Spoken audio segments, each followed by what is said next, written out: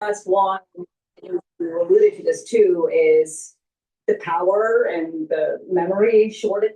Hello, this is DrPaulCottrell, and I'm recording this on June 22nd. The markets have opened up, and the S&P 500 is at 7,512. There's a little bit of a rally in the S&P 500. VIX is at 16.75, so volatility is stable. The euro is trading at 114, so dollar is strengthening relative to the euro. Oil is trading at 74.20. That's WTI. SpaceX is trading at 174.05.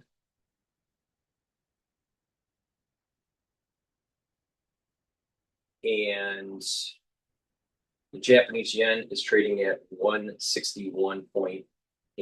So the dollar is strengthening. So there's a little bit of movement in currencies. Equities are going up.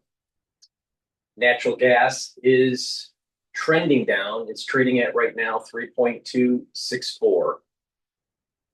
So because of the news that came out yesterday that there is positive movement with the negotiations between Iran and the United States, and there seems to be a slight de-escalation potentially going on between Israel and Lebanon, that the energy markets are happy and things are starting to trade down a little bit. Now, be careful. Things can change, but the trading range now that I suspect is probably going to be around 72 to 79 for WTI. Natural gas is a little high. It's trading at 3.26.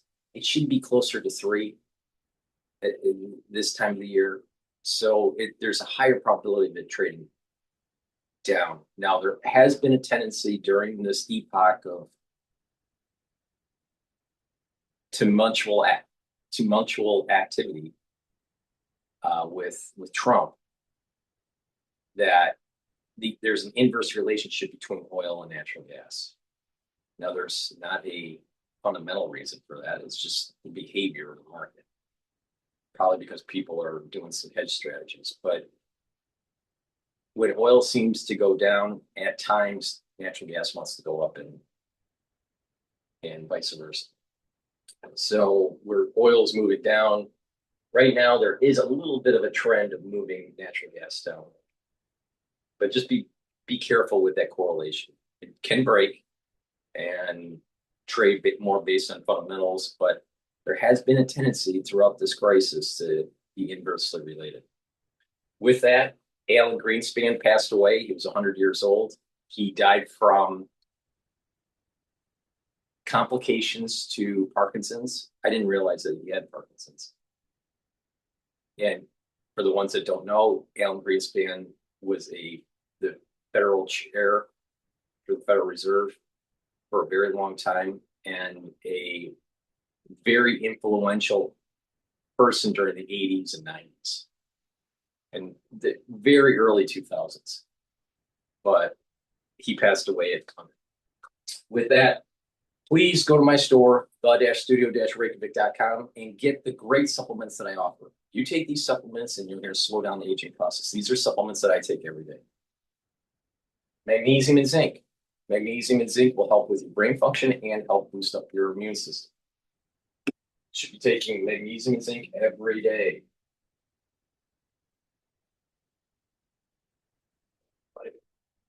Vitamin C and magnesium. Vitamin C and magnesium will help with your skin, brain function, immune system. The vitamin C in here, when you drink it with filtered water and take the collagen, will cross-link and improve your dermal layer. You can stack these together, which I highly recommend, and that will give you extra magnesium to help with your brain function. Good Night Formula. Good Night Formula is a perfect supplement that you should be taking to get into 3 to 5 cycles of REM sleep and deep sleep. It has tryptophan, melatonin, GABA, and passion flower. When you get good sleep, you're detoxifying your central nervous system. consolidating memory, and you're well rested. Do this regularly, you're going to slow down the aging process and reduce your chances of dementia. And myotrol. Myotrol will help to build muscle. This will help with the gene expression to build muscle and maintain muscle. When you turn 40, your genes start to express differently. They start to methylate, and it's harder to build muscle. Do some resistance training. Take the myotrol. It will help you to build and maintain muscle. It will also help to improve the health of your mitochondria so you have more energy.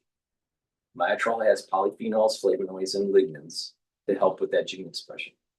Please go to my store and get Myotrol. It's the-studio-reykjavik.com. Click the link, use discount 5 and get $5 off.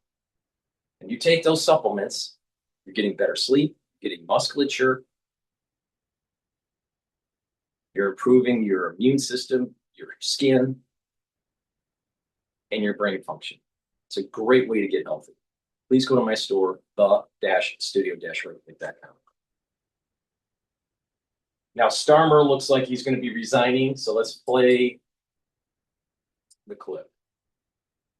We begin this morning with a Fox News alert, and it's a big one. Just moments ago, UK Prime Minister Keir Starmer resigning after mounting pressure from the Labour Party and the public.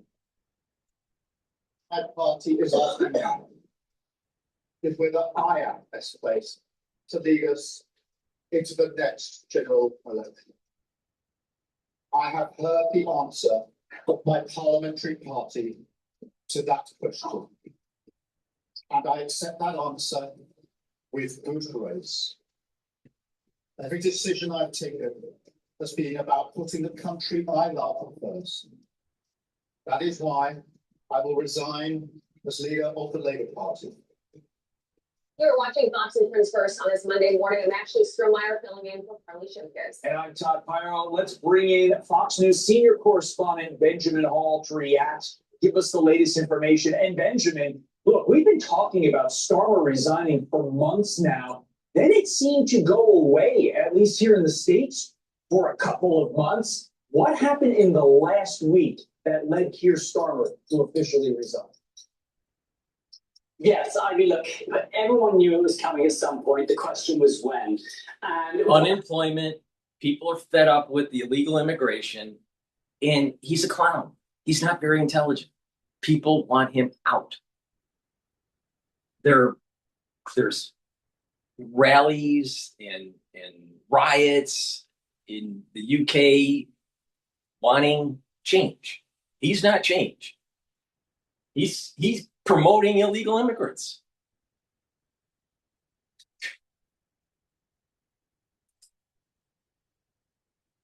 in the last week specifically is this other Labour candidate called Andy Burnham, who was the mayor of Manchester, finally won a seat in Parliament. He was effectively someone stood down to allow him to do that, and he is widely considered to be the next contender. But you're right, you look back over the last few months and you have had countless U-turns by Keir Starmer. You've had local elections in which the Labour Party were decimated by a lot of other parties, by Reform in particular. And of course, you had Peter Mandelson, who was the man that Keir Starmer picked to become ambassador to America. And it turned out he had close relationships with Jeffrey Epstein, hadn't disclosed them, and Keir Starmer knew that when he put him in place. So all of these different things had been building, but it was the appointment of Andy Burnham, who was widely expected to be the next Labour leader and then the next Prime Minister in the last week, that really made the move. But look, the next Prime Minister will be the 7th Prime Minister in 10 years here in the UK. It has been a decade of constant overhaul, and the party, the country, just can't seem to decide which way it wants to go. And that was my question. I mean, this kickstarts, this process for the country to see, as you said, the 7th leader in a decade. That's a lot of turnover. That is an ever-revolving door. What does that mean historically for the country, and really, what does it mean, for the time being right now? Well, yes, if you went back 20 years, much like the US, every prime minister was in place for 5 years and there was another election. And it was like that for decades and decades. Well, that has changed dramatically. What we expect to see now, and Keir Starmer said it in his resignation speech, is that a new contest will begin on July the 9th.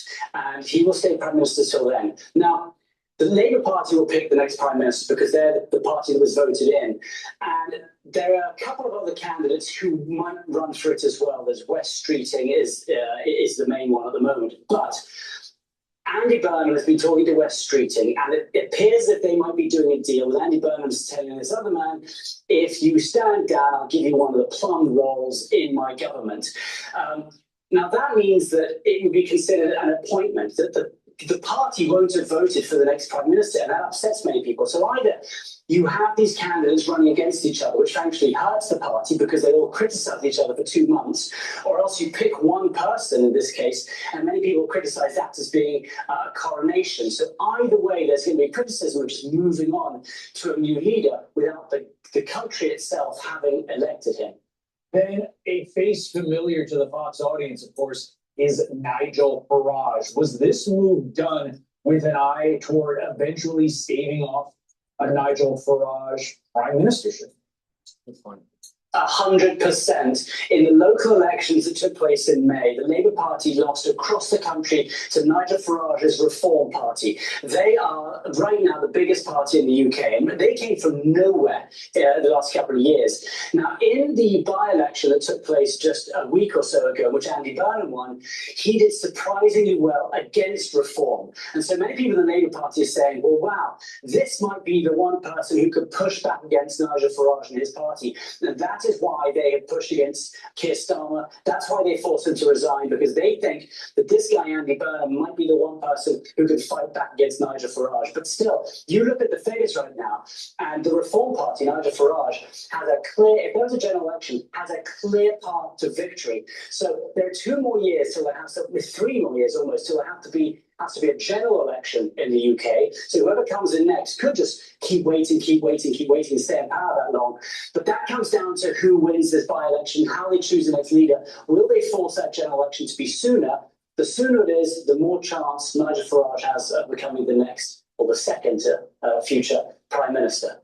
Ben, do you foresee this changing the framework in how the rest of the world operates with this, or do you think this is just going to stick with the country? Well, look, you look around other countries in Europe and they've seen quite a lot of flipping as well, prime ministers as well. There seems to be a change right now, particularly to middle-level countries who don't quite know where they stand. I will say when we look at the world, you have to see how Keir Starmer, his relationship with President Trump, because frankly, the most important thing that the UK does at the moment is shore up its special relationship with America. Now, Keir Starmer began with a really quite strong relationship with President Trump. They are on different sides of the political spectrum. You know, Keir Starmer, the Labour Party, had left. President Trump is a Republican, so they are on either side. But after the beginning, and Keir Starmer came to the White House, the Oval Office, he gave President Trump a formal invitation to the second state visit. It was the first time a president had been given that. The relationship was close. They seemed really close friends. And then that started to fall apart. And, you know, it really led up to the Iran conflict where Keir Starmer refused to help, would not allow any air bases to be used at first, was not giving UK military support to the US. And that is when it really broke. And President Trump really started talking quite strongly against Keir Starmer. And what was remarkable was that just yesterday, President Trump put out on Truth Social, Keir Starmer is going to resign, before anyone else knew. So whether or not Keir Starmer, the Prime Minister, had let President Trump know in advance, and President Trump leaked that, it was a remarkable thing for President Trump to be the first world leader to say Keir Starmer is about to resign. But the big question is, what will the next Prime Minister, what relationship will he have with President Trump?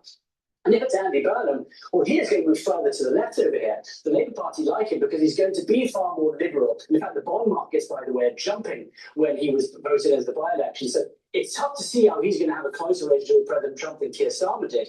And that isn't going to be great for the UK because it's our relationship with the US that gives the UK so much strength, so much support. And we're going to get more into the US-UK relationship now that Keir Starmer has resigned, with Steve Yates coming up in a few minutes. Benjamin Hall, great insight, great reporting. What's going to be interesting about the bond? What's going to be interesting about the bond market with Andy? Right, so Starmer is stepping down. Andy is going to be running during the general election. It's their way of trying to prevent Farage from getting into office.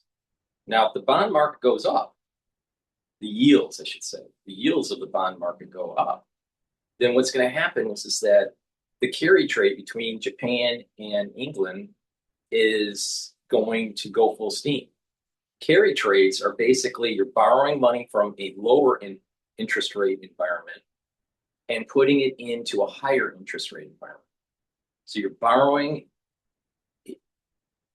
in Japan, taking that money and moving it to England, converting it,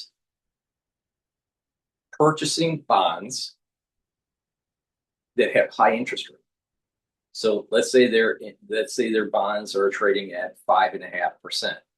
So you buy the 5.5% bond, you're getting interest on that bond. You're getting a coupon payment. And you are, let's say, paying 1% for the loan in Japan. So you're making 4.5, assuming that there's no wild swings in currency. There's wild swings in the currency market, depending on which way it goes, you can make more money or lose that differential. So it's a risky trade, but I suspect people are going to be playing this. So there are going to be bond vigilantes out there trying to hurt the bond market by selling bonds. The interest rates will go up, and then they come in and do a carry trade, and there's going to be a lot of finagling that England may need to do. Now, what happens if the currency drops? If someone's in that carry trade and the currency in England drop, then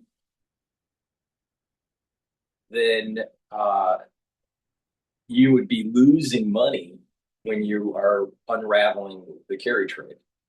So pay attention to the bond market. I think there's going to be some action in the bond market with England, and also the currency market. And that might be the reason we're seeing a little bit of strengthening of the dollar here. This issue here. All right. Please go to my store, the-studio-reykjavik.com, and get the probiotics. You can get it in powder form or veggie cap form. By taking good probiotic, you're going to be able to absorb your nutrients better. You're going to improve your gut biome. You're going to improve your skin, brain function, metabolism, your immune system. Good health starts at the gut. So please go to my store, get the powdered version or the veggie cap version of the probiotics, and take it every day. And vitamin D3. Vitamin D3 is a supplement that does a lot of things for your body. First of all, it helps cardiovascular. Vitamin D3 also helps your immune system. Vitamin D3 helps with bone density. You do resistance training, taking in calcium. And vitamin D3 is really important during the cold season because it allows you to get rid of cells that are infected. It gets cells to go into apoptosis. Please go to my store, the-studio-reykjavik.com, and get the vitamin D3. And if you take higher doses of vitamin D3 with a certain type of protocol, you're going to be able to actually improve and remodel your bones at the joint level and reduce osteoarthritis. So please go to my store, the-studio-reykjavik.com, and get the vitamin D3. And the structural nanosilver lozenges, I have them in orange splash, fortified with vitamin C, and Manuka honey. They're perfect for the allergy season, the cold season, even when you're cleaning around the house, or in the yard, or working in the garden, or in the basement, or in the garage. Please go to my store, get the structural nanosilver lozenges, take them right away. It'll help to mitigate any soreness of your throat. It will create the secretions to protect your oral pharynx and neutralize because it has structural nanosilver. Please go to my store, the-studio-reykjavik.com.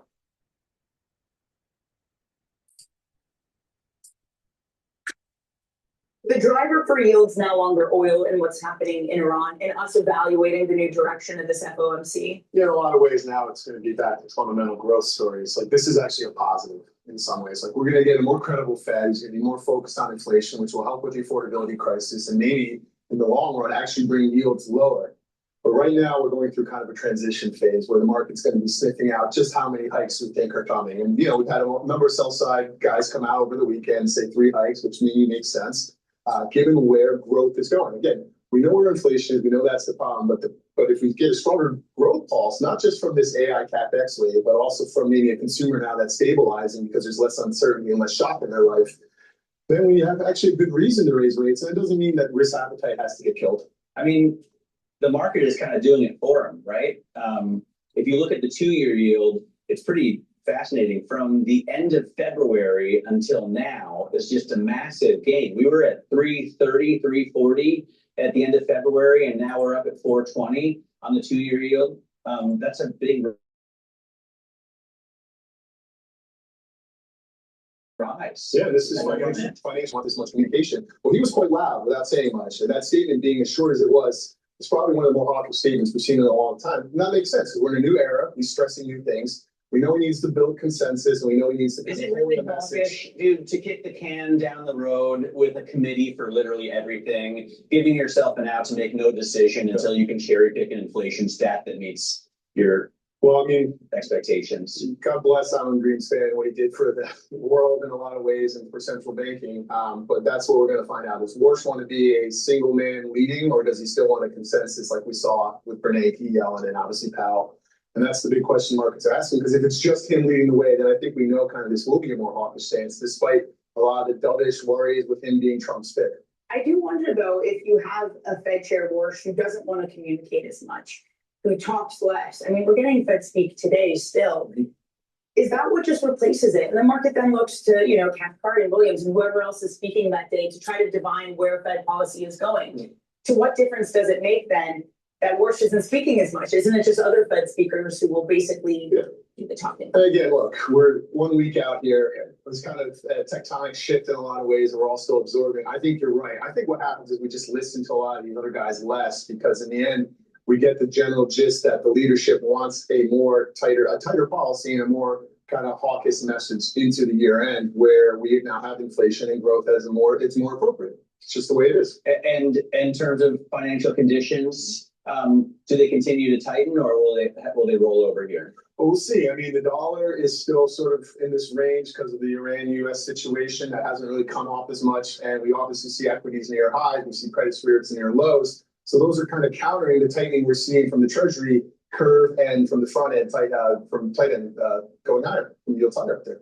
So to answer your question, Matt, they're kind of balancing each other right now. If we saw a break in risk sentiment, we saw equities and credit all of a sudden coming off, then you're going to have a situation where they may not need to actually tighten because the market's doing it for them. To answer your question. Cool. Michael, thank you very much. You can check out Michael's work on the MLive function on your Bloomberg Terminal, MLIV, and the work of his colleagues. Coming up in the next hour, Morgan Stanley's Sarah Wolf joins us on the economic outlook. With the Strait of Hormuz nearly reopened, former Fed Governor Randy Kroszner on Alan Greenspan's legacy, plus the CEO of Alamos Gold. This is Bloomberg Open Interest.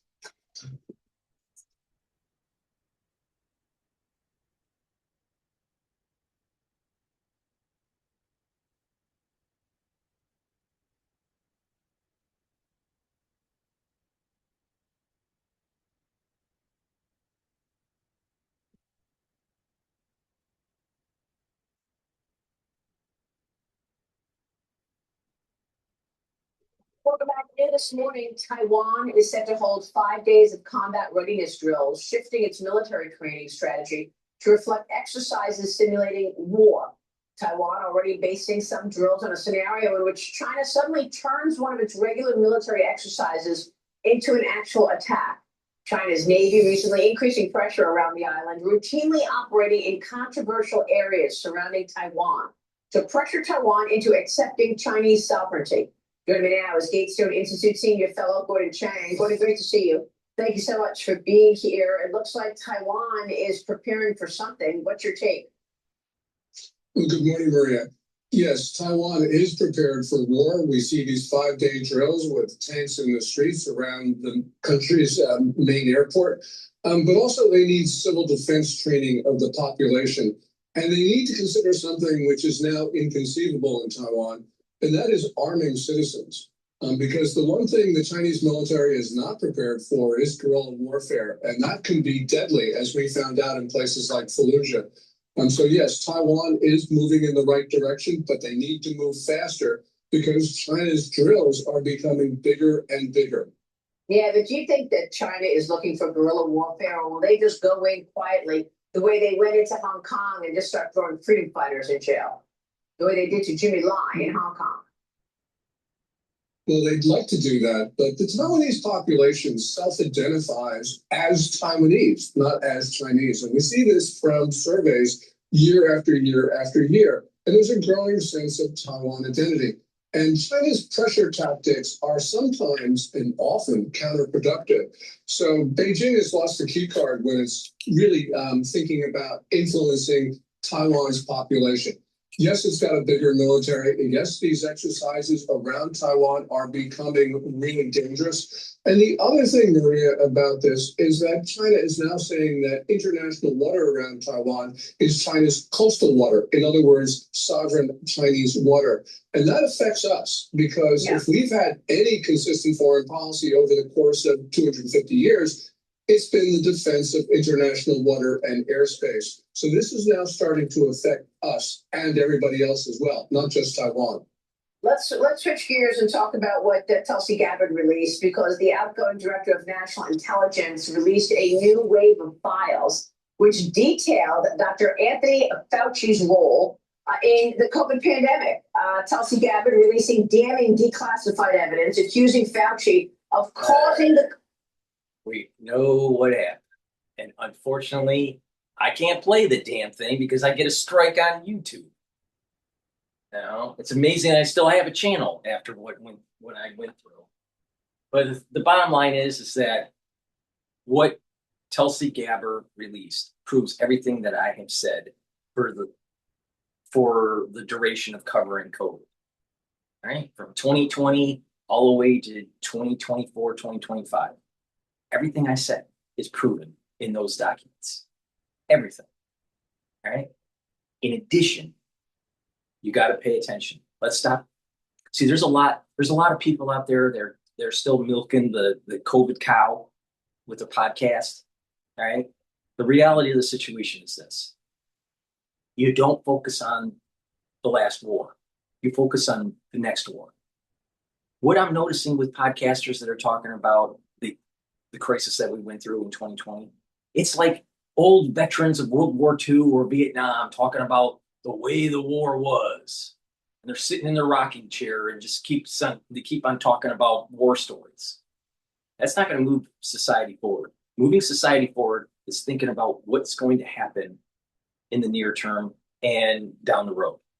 And learn from the past. It's important to learn from the past, but stop milking the cow, right? Pay attention, because I'm the most accurate on this subject matter than anybody.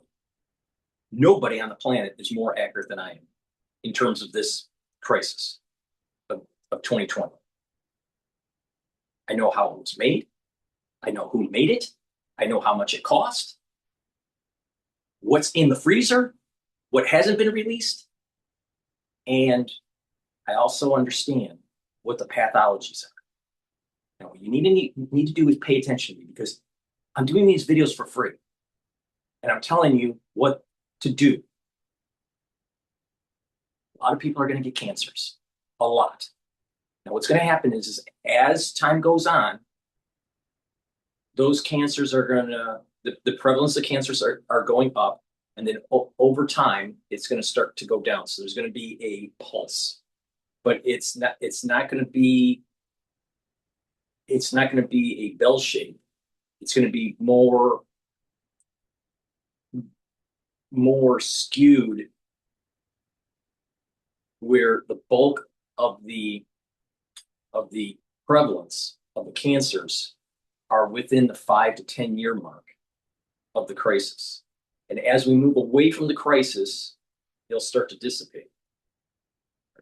So there's going to be this 10 years going from 2020 to 2030, where the prevalence of cancers are going to be way higher.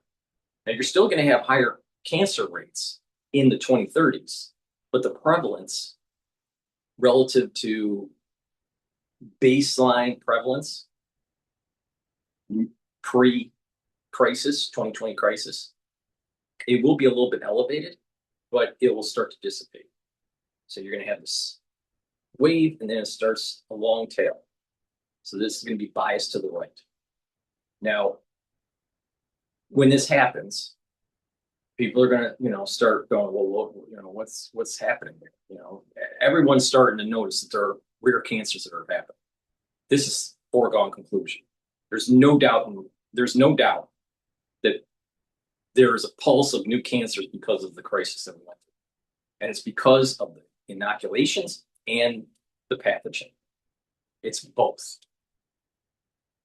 So if a patient had one or the other, or there's synergistic effects of having them both.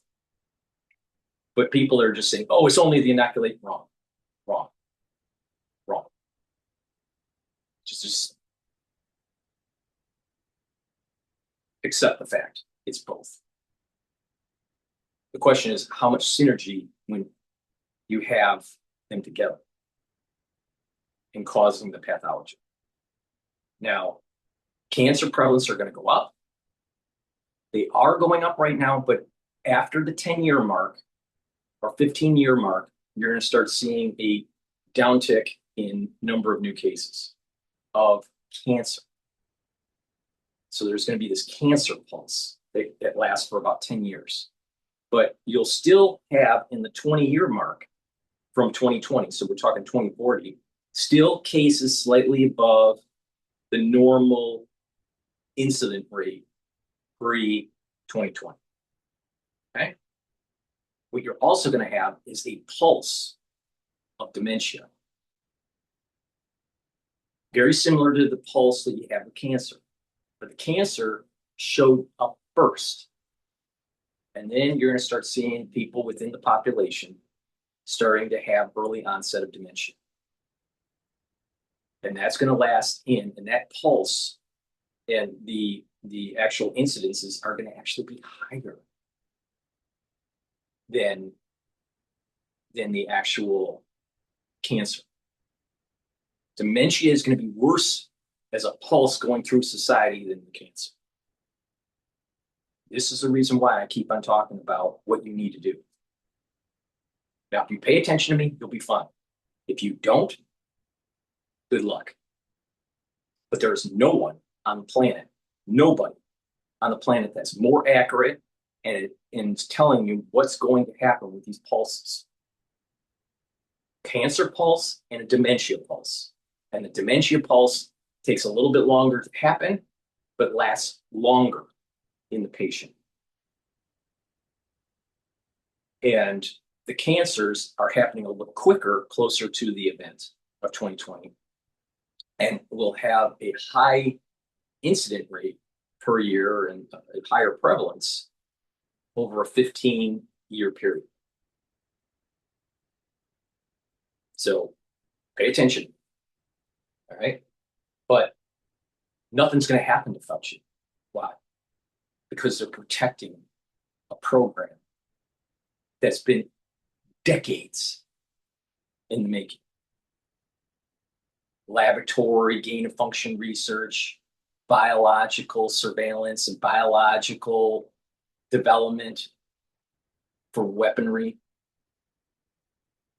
for creating therapies just in case an adversary develops them. I've done a whole series on biologics in foreign policy. Listen to it. It's happened. And it happened way before. This type of development happened way before 2020, even way before 2001. But if we want to zero in on the SARS platform, that was developed in 2001. People need to pay attention here. Now, it wasn't as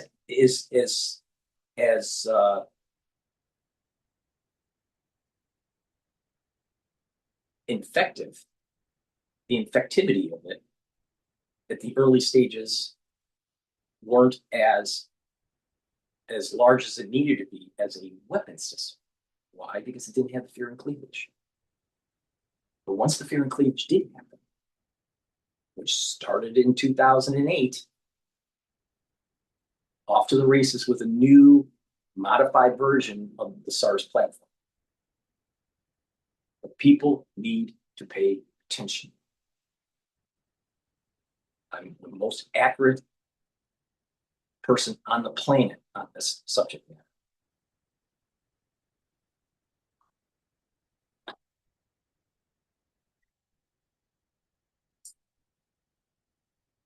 So in conclusion, with this little subject, there's a pulse of cancer that's going to start to die down in about 15 years. And there's a pulse of dementia that's just starting that will last longer within the population.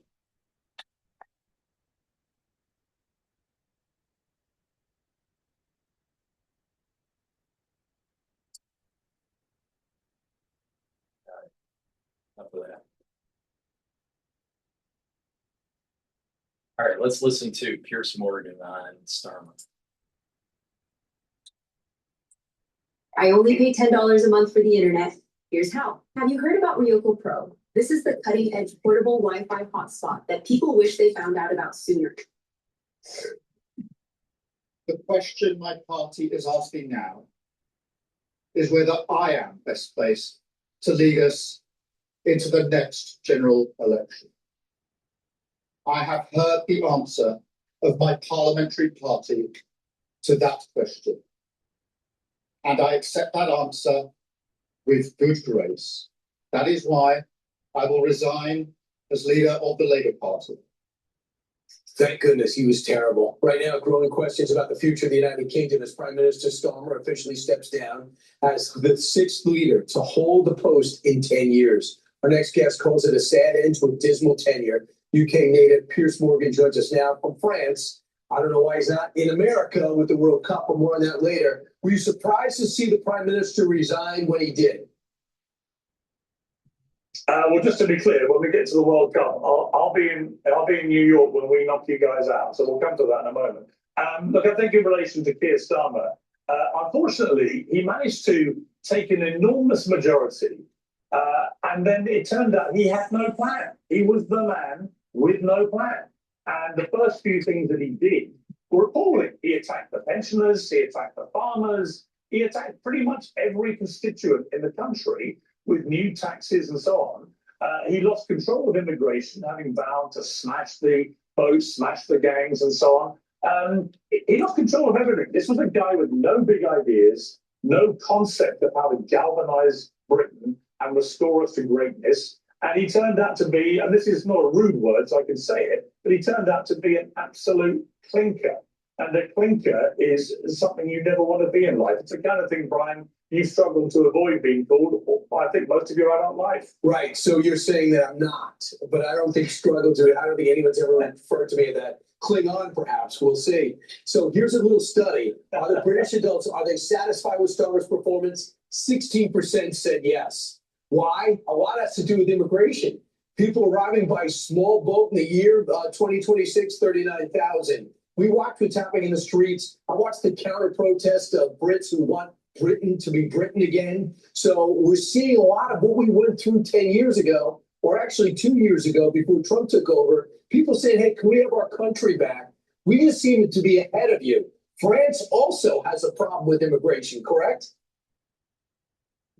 Yeah, it does. It's a problem all over Europe. There's no doubt that successive prime ministers, and most of them have been conservative, by the way, so this is not a left-right thing. They've all been completely useless in the way they have managed migration, both illegal and legal. And until we get a prime minister that can get a grip of that, I think the tensions are going to increase. Plus, our economy is underperforming. The pressure on public services, a lot of that, because of the increased number of people coming into the country, that has been collapsing. So there's a general sense that Britain has been floundering now for nearly a decade or more. And we are desperate for someone somewhere to come through and restore us. So I want to get to the World Cup, but Andy Burnham is probably the likely guy to take over. And they say that one of the reasons is he's the one who could hold up Nigel Farage and his rising party. And do you believe that Nigel Farage would do better running this country than Andy Burnham? I don't really know. I think Nigel Farage's Reform Party are a bit smoke and mirrors, and they had a very bad defeat at the hands of Andy Burnham in the by-election a few days ago. Andy Burnham absolutely hammered the Reform candidate. And it may be that Nigel Farage has reached a tipping point and can't go much further with this party. Andy Burnham is pretty much a socialist, but I think he's going to move, as they all do, very quickly to the centre. I think it's too late for Labour. I think they're a dead duck. But we'll see. But the idea of 7 prime ministers in 10 years is ridiculous and embarrassing. Absolutely. Let's talk about World Cup. What does the England have to do against Ghana to get through to the field of 32, where the U.S. is going to be waiting? All right, please go to my store, the-studio-reykjavik.com. Get the lignans. This will help with your immune system and endocrine system, bring down inflammation, and soak up free radicals. Ashwagandha root will help to control your cortisol levels and your blood glucose levels. By doing that, you're improving your immune system and your cardiovascular system. Stack these together. You can stack it also with turmeric. And this will help to slow down the aging process, boost up that immune system, boost up that endocrine system, keep inflammation down, keep those neurons healthy in your brain. It'll also help with cardiovascular health.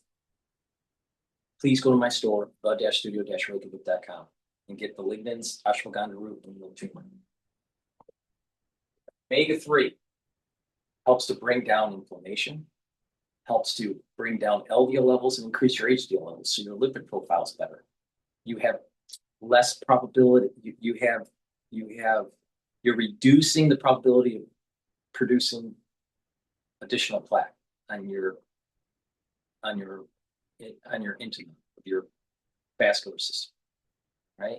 So your cardiovascular health is going to improve. That's really important, because when you have better cardiovascular health, you have better blood perfusion. When you have better blood perfusion, you're giving those nutrients to your neurons. So the microenvironment around those neurons will be healthy. Super important. And omega-3 reduces the stickiness of your red blood cells. Super important. So please go to my store, get the omega-3. Make sure you take it every day. Cardiovascular health is super important. Now, that dementia that I was talking about earlier, there's going to be 3 reasons why that are related to the crisis of 2020. The first type, which is the most prevalent, will be due to microbleeding or microclotting. And what will happen is that you'll have brain death. The second reason, which is less prevalent, the first reason was around 75%. Around 24.9%, roughly, is going to be due to higher inflammation that leads to a buildup of plaque. And the last reason, which is very rare, less than 0.1%, prion disease. You have chronic inflammation at the neuron level. You're increasing the chances of having prions, a buildup of proteins that can't be broken apart through proteases. And you're going to have this build up of plaque. You want to keep that inflammation down. And when you keep the inflammation down, you're also improving the vascular system within your head. When it's inflamed, it gets leaky. And when there's inflammation, there also increases the probability of having microclots. You better pay attention. Vitamin B complex. Vitamin B complex will help with your energy levels. The first 4 B vitamins increases your ATP because they're involved in the electron transport chain within the mitochondria. Vitamin B complex will rev your cellular metabolism, rev it up. That's really important. When you get older, your cellular metabolism goes down. You want to reverse everything that's related to aging. And vitamin B complex also helps to protect your neurons, especially B12. Please go to my store, get the vitamin B complex. So it's really important. There's a reason why I keep on mentioning boost up that immune system and keep that inflammation down. And it's related to the pulse that happened from 2020. Once again, there's not a doctor on the planet that is more informed, more knowledgeable about the subject matter than me. Nobody. Not a podcaster, not a board certified physician, not a scientist that's working in a laboratory. They know some specifics, but they don't see the big picture here. They've all failed. I'm the only one that saw it.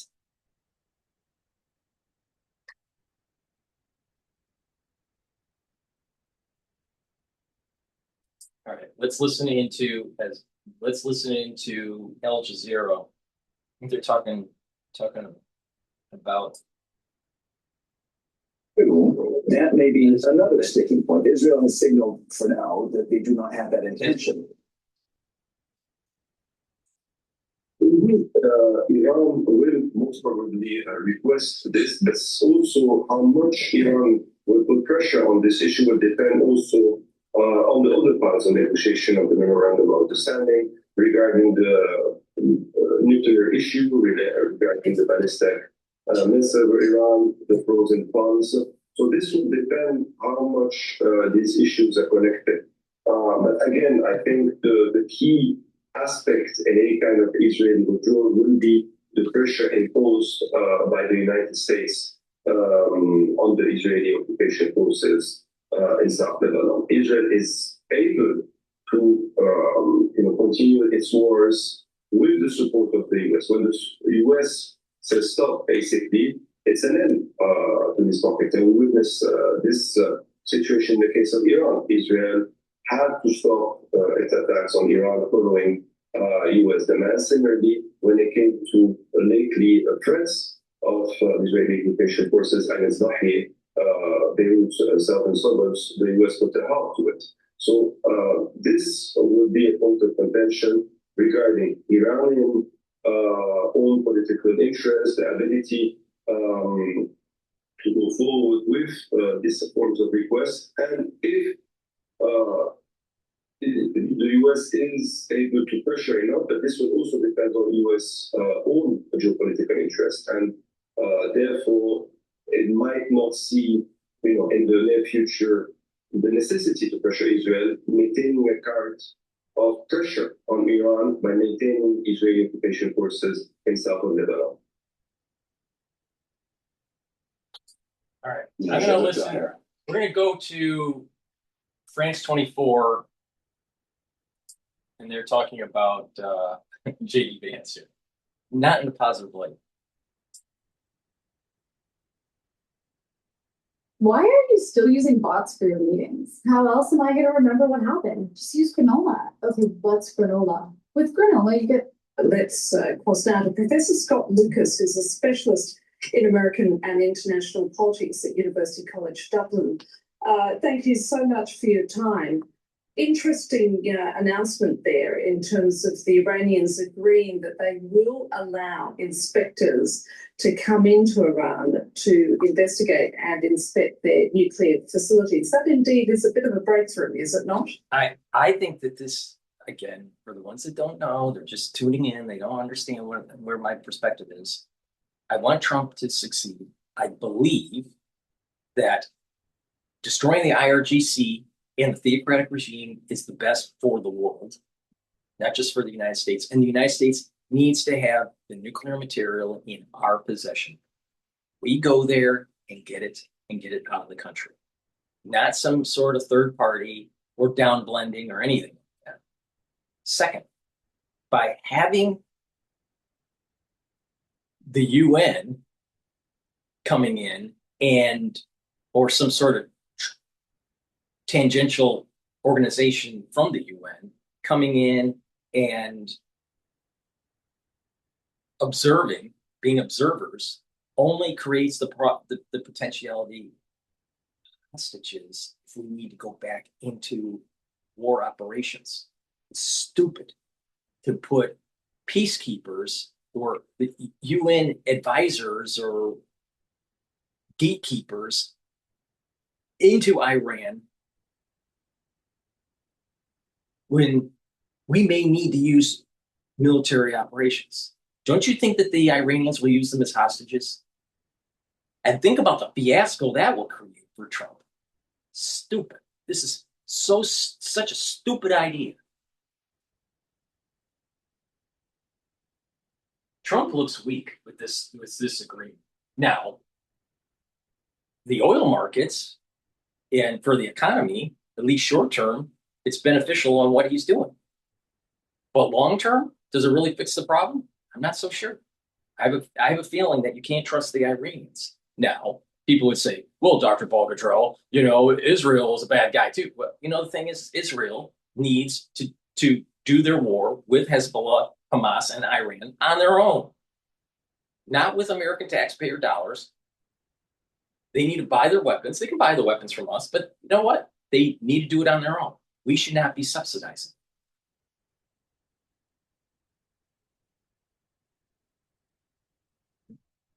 But I feel that the United States under Trump has failed in the operations to make sure that the theocratic regime and the IRGC are destroyed. And that we, meaning the United States, have the nuclear material in our possession, not Iran, not the UN, not some third party, not downblending, no. And Trump could have been very, very, very specific. He could have said, give us the nuclear weapons, or in 72 hours, gravity bombs are going to level Tehran in 2 days. So you have 72 hours to give us the nuclear material, or we're going to level Tehran, and it'll take 2 days to level it, and we're going to take over the Strait and Kark Island and take your oil and gas facilities. And we are going to control it. Now, pick which option you want. You want path 1 or path 2? You have 72 hours to make your decision. That's the kind of president we should have had. But what happened was that Trump was all talk, no action.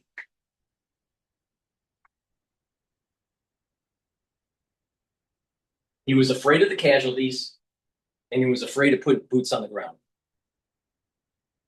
Meanwhile, we're kicking the can down the road, and Iran, trust me, in the future is going to be a major problem for the United States. If they're funding Hezbollah and Hamas for Israel, don't you think that they'll somehow create some funding mechanism with all the illegals that came over into the United States and create these cells to actually create terror in the United States? Very similar to the 80s and the 90s in Europe. You remember all the cafe bombings that were taking place and the bus bombings? Wake up. You can't trust these people. The only thing that the IRGC understands and the Shiites understand is death. Kill them all.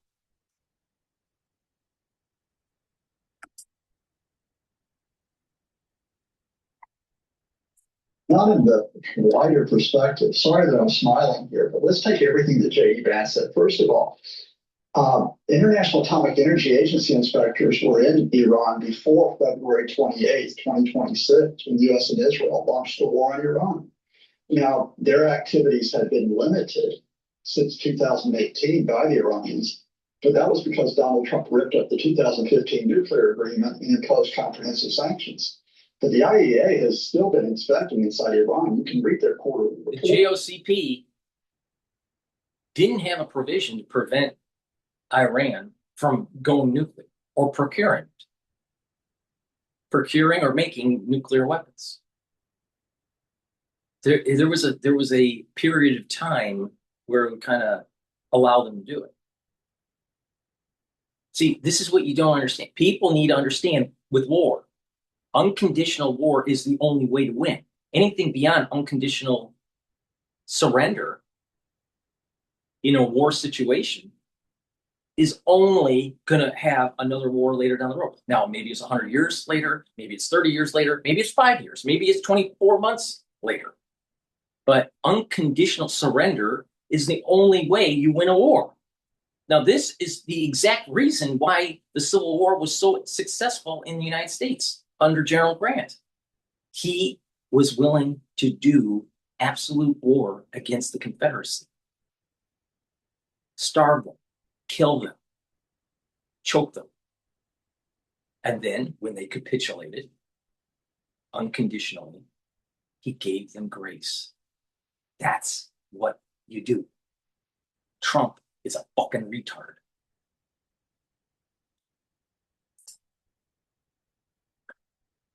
Which quite often are, come out through the media.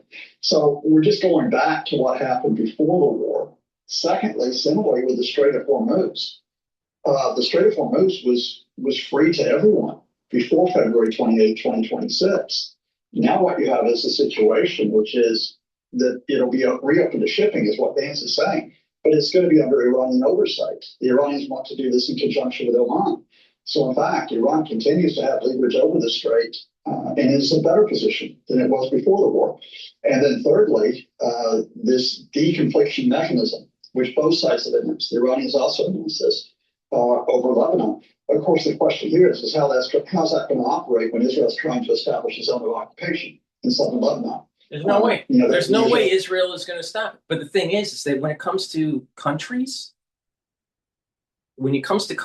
and you have this concept of deserve the land or it's your right or whatever, there's no such thing as the right to the land or you deserve it. If you can control it militarily, if you can control it economically, it's yours. That's the law of the jungle. Too bad if the UN likes it or not. Israel, if they can hold the land, it's theirs. But the same thing's true. If the Palestinians can hold the land, it's theirs. So this whole idea of who deserves it doesn't matter. The United States, we quote, deserve the land that we have because we're willing to protect it and fight for it. That's the only thing that matters. Not some international bullshit. So if Israel feels that it needs to continue on its war operations, they should. But there's a caveat. The United States taxpayers should not be paying for it. Israel should feel the full burden militarily and economically. See, when the United States subsidized Israel, they're not feeling the full burden of the inflation of a war effort. And the citizens of Israel, if it is an existential threat to their existence, they should all be serving the military to whatever capacity they can serve. This idea of not serving for the military in an existential threat is actually against Torah law. But you have a lot of people trying to find ways not to do it. Well, is it an existential threat or not? According to Netanyahu, it is. Therefore, the people should be serving the military. But yet, the people aren't willing to serve in the military. Why are American taxpayer dollars subsidizing this horse shit? We shouldn't. Israel needs to be on their own. You want to fight? Fine, fight. But you got to pay for it. You need the weapons? Buy it. Don't ask for a subsidy. And that also includes no subsidy to the Palestinians by the United States. Let them figure it out. And if whoever wins, wins. If Israel loses, so be it. If Palestine loses, so be it. That's the way all nations in the world have constituted.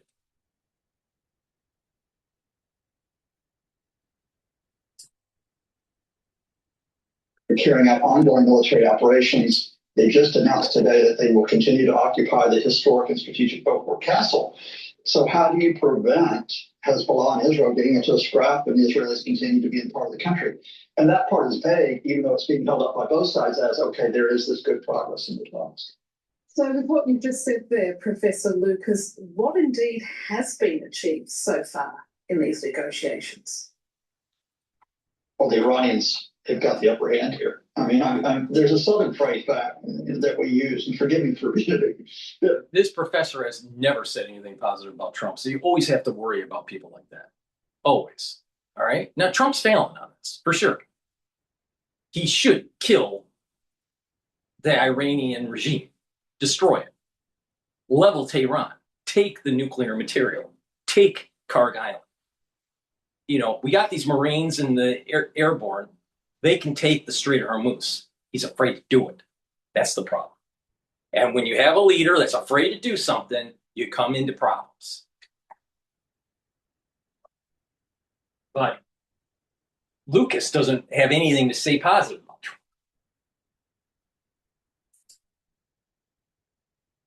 On this, but J.D. Vance has put lipstick on the pig. What happened here is that weeks ago, Donald Trump and his officials accepted the Iranian agenda for these talks.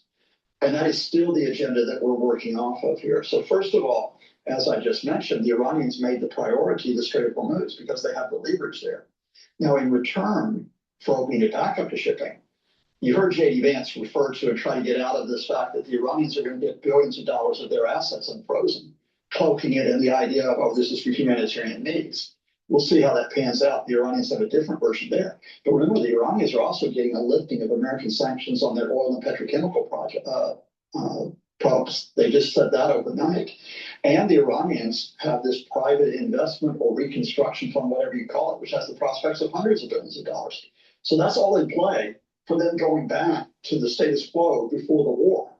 And then secondly, I think it's significant that on the nuclear issue, that beyond what Vance has said about the inspectors, which is just a small reiteration by Iran of the pre-war position, the Iranians have gotten the detailed discussions on the nuclear program pushed back to a later stage in the discussions. And the Iranians, I think, have got now American acceptance that they will be able to keep enriched uranium inside the country, albeit diluted to a lower level than what they have right now. So it does appear the Americans are certainly not negotiating from a position of strength, keeping in mind that the Iranian leadership, authoritarian leadership, still remains in place, albeit with new leaders. And now that they have the leverage where they can open and close the Strait of Hormuz as they so desire. You summarize this better than I did. You know, the fact here is that the Israelis wanted to get regime change. They didn't get it despite the killing of the supreme leader and dozens of officials and commanders. The Americans shifted from regime change to regime surrender, trying to bomb their way to get the Iranians to capitulate on a number of conditions. That failed. Once the Americans or the Trump administration rejected putting in ground troops, which they would have had to do. This is where Trump went wrong. They only had one other option, which is to come back to the table. And when they came back to the table, they had miscalculated. They miscalculated in two respects. One, they miscalculated Iran's retaliation in Gulf states, which meant that most Gulf states, especially the Saudis, swung towards a negotiated settlement if the Americans wouldn't put in ground troops. And they miscalculated, as you mentioned, that over the Strait of Hormuz because of the effect on the global economy. Professor Lucas, I'm afraid we're going to have to leave it there. Thank you so much for your time. Thank you. I agree with him in the sense that Trump failed and that J.D. Vance is putting a lipstick on a pig. Please go to my store, the-studio-reykjavik.com. Get the resveratrol. Resveratrol will soak up free radicals, help with youthful gene expression, and help the health of your mitochondria. Get rid of senescent cells. And by doing this, you're going to have more energy, healthier mitochondria, better basal layer for your skin. Your skin will improve. This stacks really well with C60. So to have youthful gene expression, more energy, soaking up free radicals, and slow down the aging process, take resveratrol. But there's synergistic benefits by taking the resveratrol and taking the C60. Digestive enzyme complex. This will help to break up carbohydrates, proteins, and lipids to allow you to reduce the load on your pancreas so you can have your pancreas rest. You'll be able to digest your foods better. Once you hit about age 40, your pancreas doesn't work as well, even if you're healthy. So it's important to take digestive enzyme complex.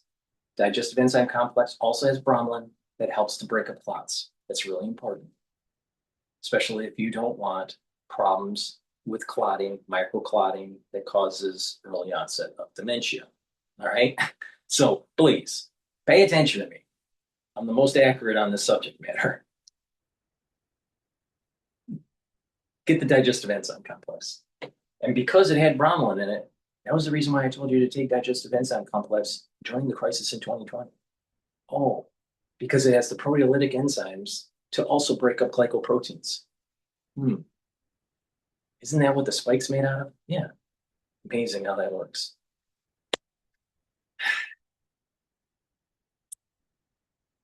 Zeolite. Zeolite will bind to heavy metals, toxins, and chemicals and allow you to urinate them out within 6 to 8 hours. That way, you are improving your immune system and your endocrine system. You're going to be healthier. Your tissues will perform better. Now, you can do a detoxification 2 ways. A daily one, like a daily maintenance detoxification, or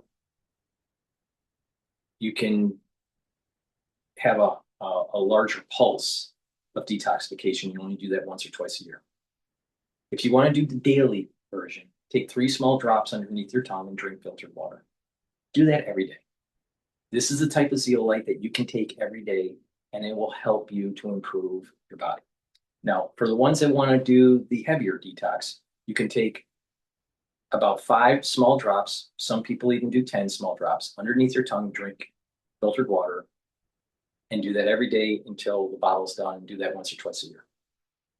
It's up to you, but I recommend the 3 drops underneath the tongue every day.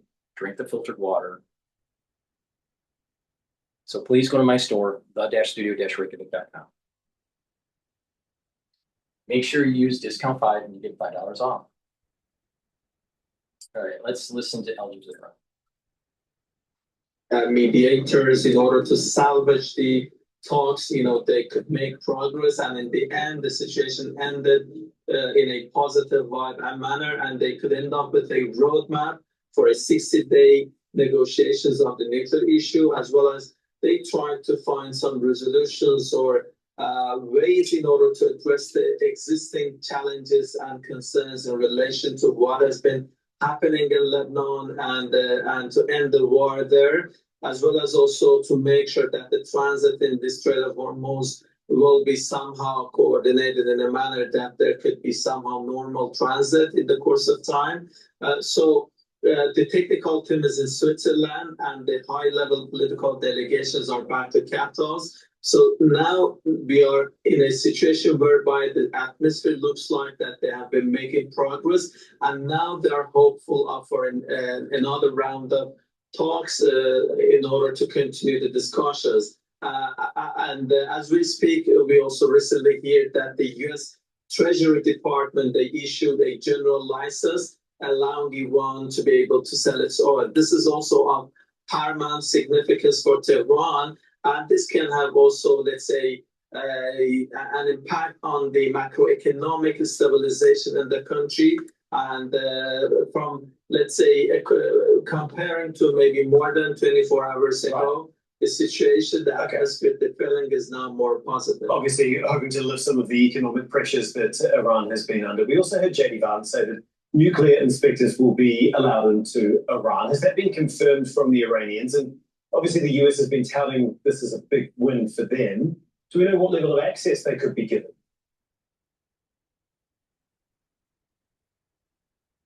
Well, there have been discussions in relation to part of that money, which is supposed to be in relation to the humanitarian commodities and goods. But there was no, let's say, limitation to be somehow used for American products. And this is something which has been announced by American officials. There is no confirmation from the Iranian side. Maybe the aim at the American side is to somehow convey a message that, this money is going to be used in a strict manner and also bringing benefit for American people.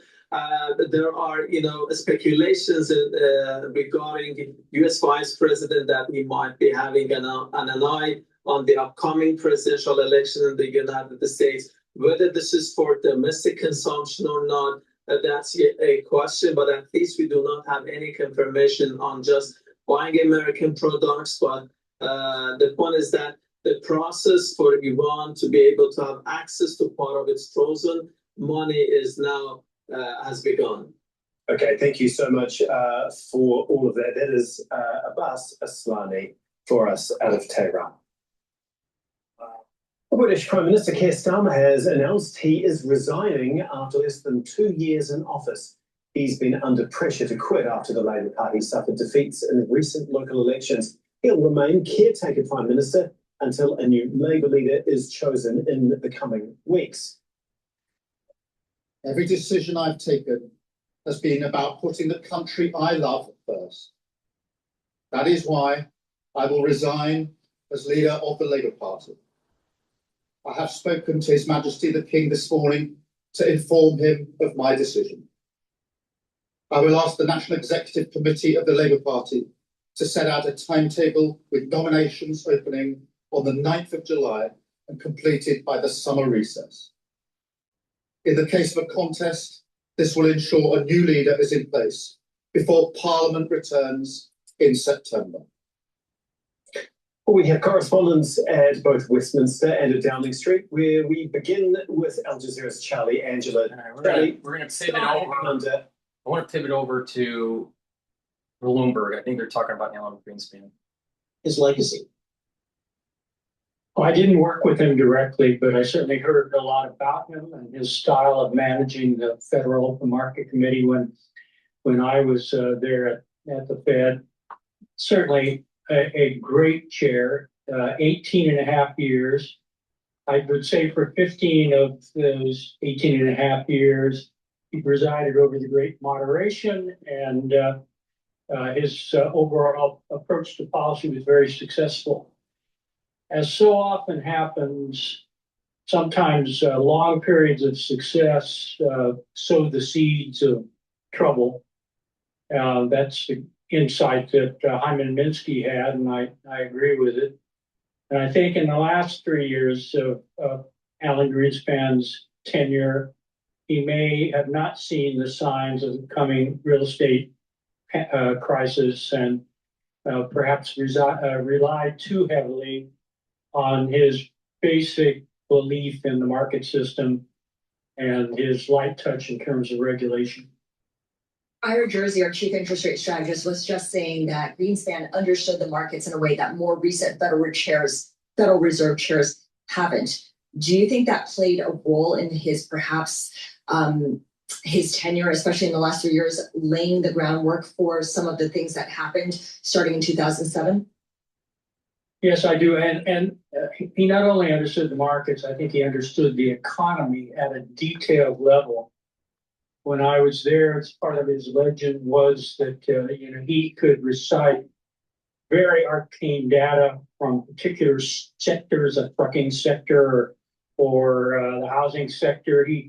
He knew quite literally hundreds of data streams or data series intimately and really understood the economy. So I think that can sometimes breed confidence as things are turning, and in a way, that's what happened.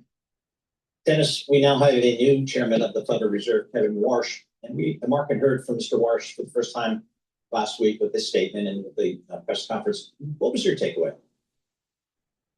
I thought he made a strong start to his incumbency in the chair's job. I went into the meeting thinking he might have to choose between being a change agent or being a kind of institutionalist who respected the collaboration and the collegiality of the Fed. He managed to I think serve both of those masters in his first meeting. He was forceful and reaffirming the commitment to bringing inflation down. He launched his 5 task forces.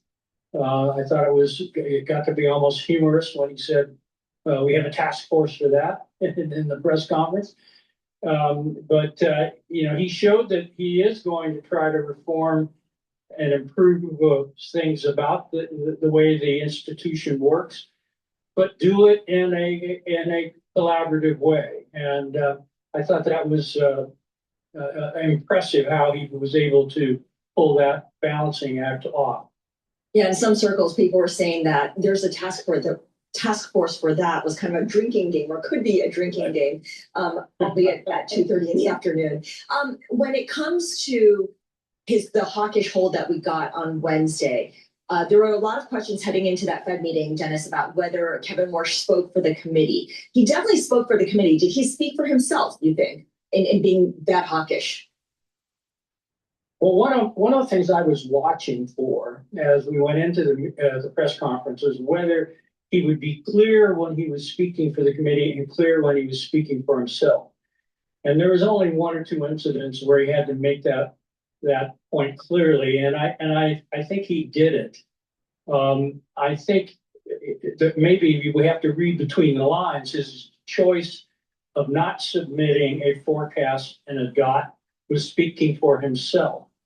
At the same time, he characterized the way the committee came out as reflected in the SEP. It turned out in this press conference, the SEP is the only thing we really had that gives you a sense of the mind of the committee looking forward. And that, to me, was very clearly hawkish. Dennis, we have oil continuing to come down, and a lot of folks would say, all right, inflation problems fixing itself. Others saying, whoa, we've got more. It's more than energy out there in terms of inflationary pressures. How do you think the Fed should look at inflation these days? Well, certainly the Fed should look at inflation broadly using an approach that's more like a wide array of inflation data as opposed to focusing on a single data point like PCE core, PCE headline. My own view is that we should be cautious about assuming that oil prices snap back to the pre-war levels. I think there are a lot of reasons to just be concerned and worried that the price pressures will persist, and conceivably the improvement we've seen in the last few days, depending on how the negotiations go, could reverse. So, I'm being very cautious about predicting that oil prices are going to come down and the world is going to revert to pre-war conditions. Yeah, makes a lot of sense. Dennis, thank you so much for joining us. I really appreciate your thoughts here on the late Alan Greenspan passing away at the age of 100. Dennis Lockhart is the former Atlanta Fed president, joining us from Atlanta. Paul, it is Monday, and we have about $27 billion worth of deals announced today. And we're going to dig into one of them, which is AbbVie buying Apogee Therapeutics for $7.1 billion in cash. Sam Fazeli, Bloomberg Intelligence, covers all that healthcare stuff. We'll join us. That's coming up. We have got to the point where literally anybody builds a fully working app without knowing how to code. This is base 44. This is the first look at it.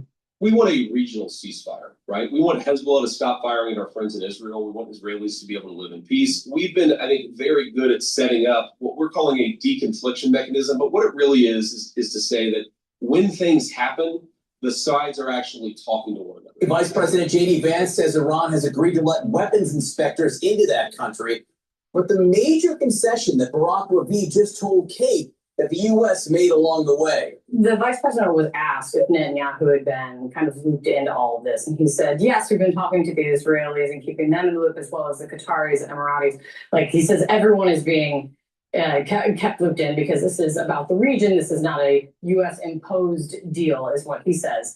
But also Netanyahu just saying, I think it was just yesterday, that saying that Israel is going to stay in Lebanon for as long as it takes to protect Israelis. And Vance is clearly trying to downplay how serious these last kind of round of strikes and flare-ups have become in terms of threatening this overall deal. How central are you hearing Lebanon, this fight between an Iran proxy, Hezbollah, and Israel has now become to the fate of the actual U.S. deal with Iran that will stick? No, I think it has become a major hurdle for the deal. This was, in my opinion, one of the biggest mistakes in the negotiations to wrap those two issues together. It was an Iranian demand in order for Iran to have a say in what's going on in another sovereign country that is not Iran. This is Lebanon. And they wanted to have a say in order to make sure that their proxy, the terrorist organization Hezbollah, will survive. And they got it. And what they got yesterday is even more significant.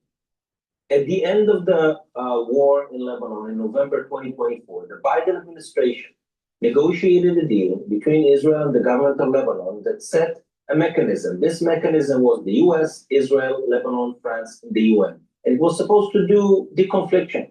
Now, the Trump administration has created a new mechanism, but this time with the US, Iran, Lebanon, Pakistan, and Qatar. Israel is not part of this mechanism at all. And so I think that when Benjamin Netanyahu read this statement that came out last night from Switzerland, I think, basically it blew his mind because this is a catastrophe for him and his government. Barak, J.D. Vance saying that Iran has agreed to allow UN nuclear inspectors back in. Talk to me about what this means, how much of a win this is.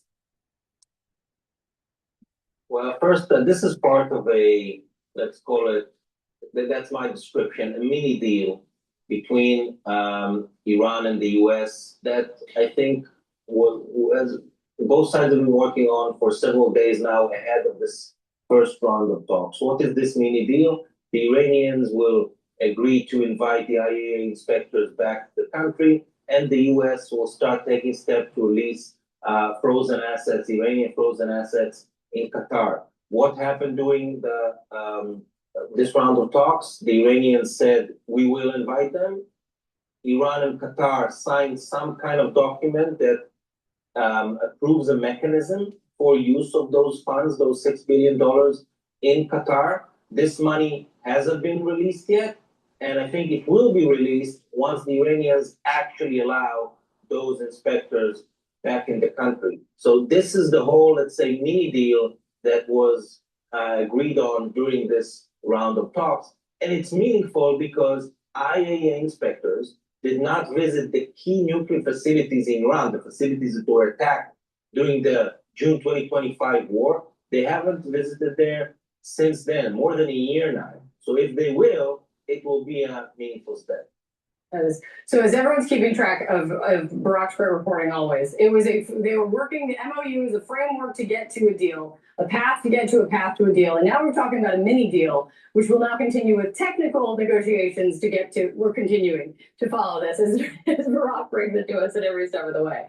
Colonel, one aspect that it's becoming more and more central, it seems very clearly in the last few days, is Lebanon.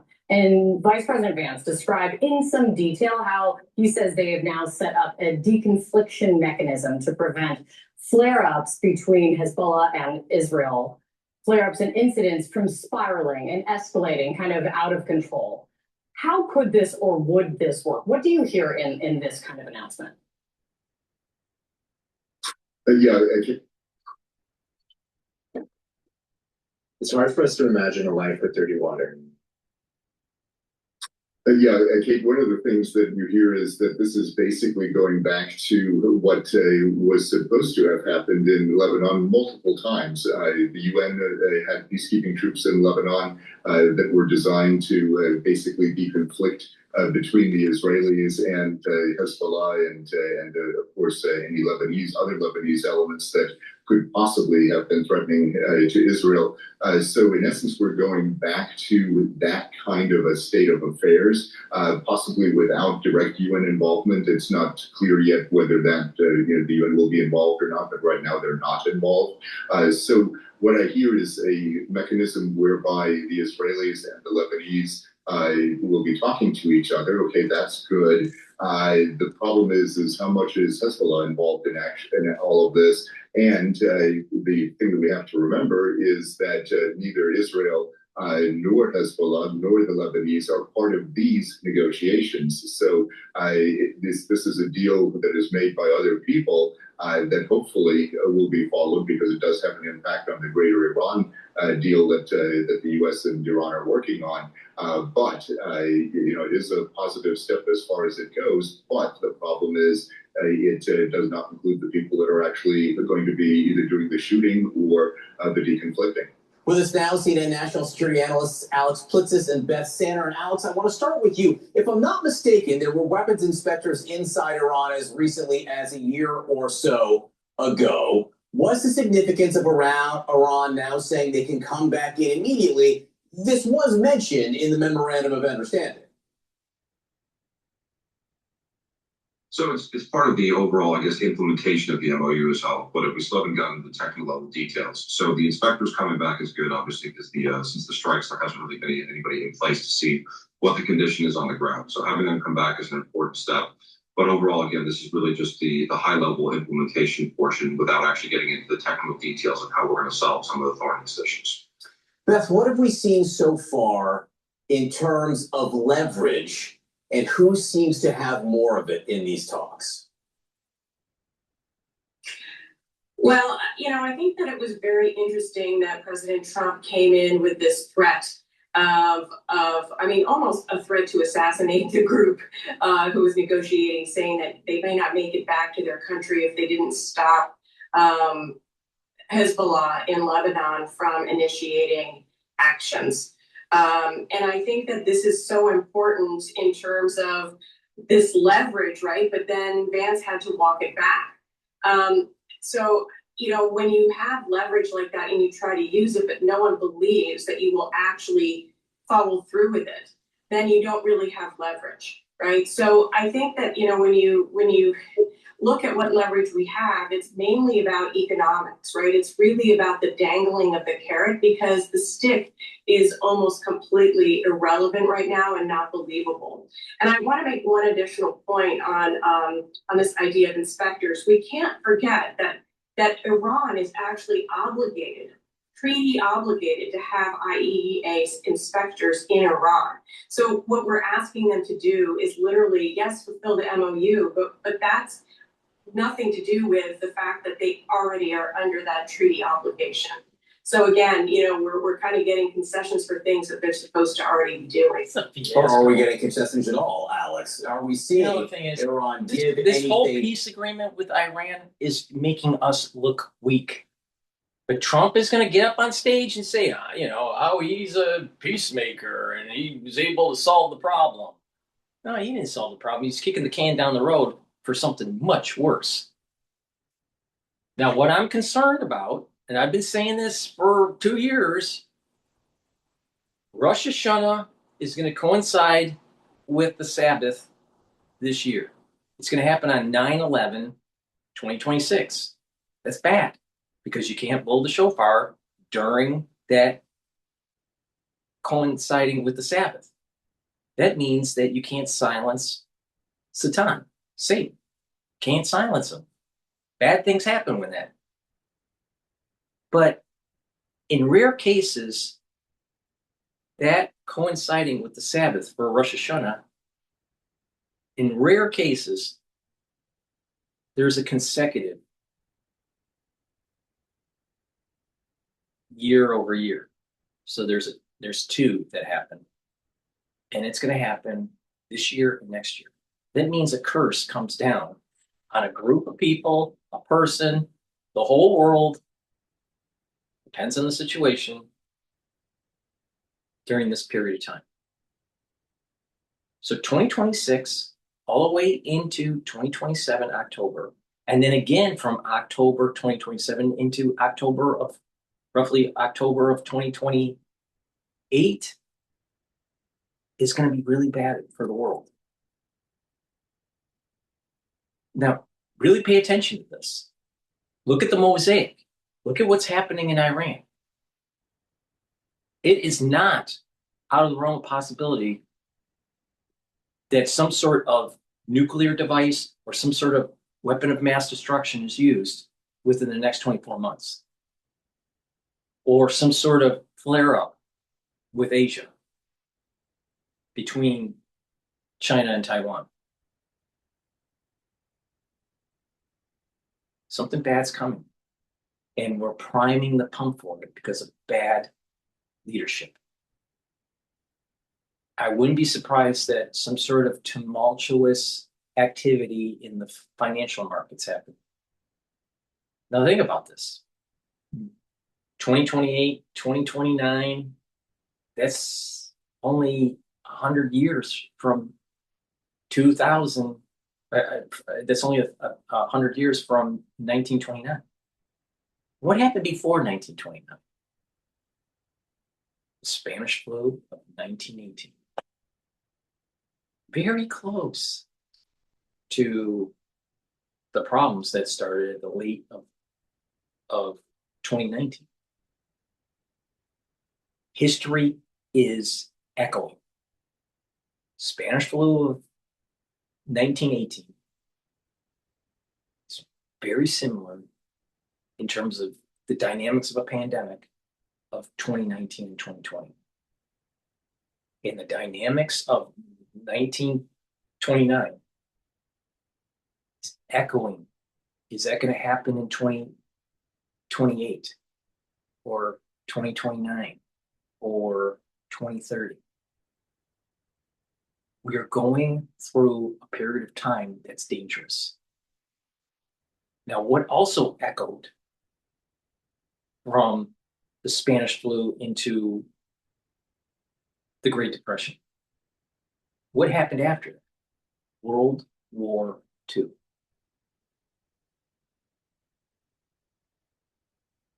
People need to pay attention to what's happening.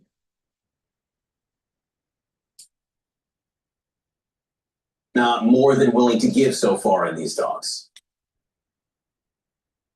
So far there hasn't been anything of substance. To Beth's point, they were granted the oil waivers. Things are starting to flow there, but we haven't seen any movement in terms of the technical details. The main issues the president wanted, which is particularly along the nuclear file. Again, from what we're hearing that came out of day one of the talks, this was really what I would call the next level below the MOU. If the MOU was, hey, we've agreed to talk about these topics, what was set forth is a framework over 60 days for how they would get those done in a very tight timeline that would, quite frankly, be unprecedented.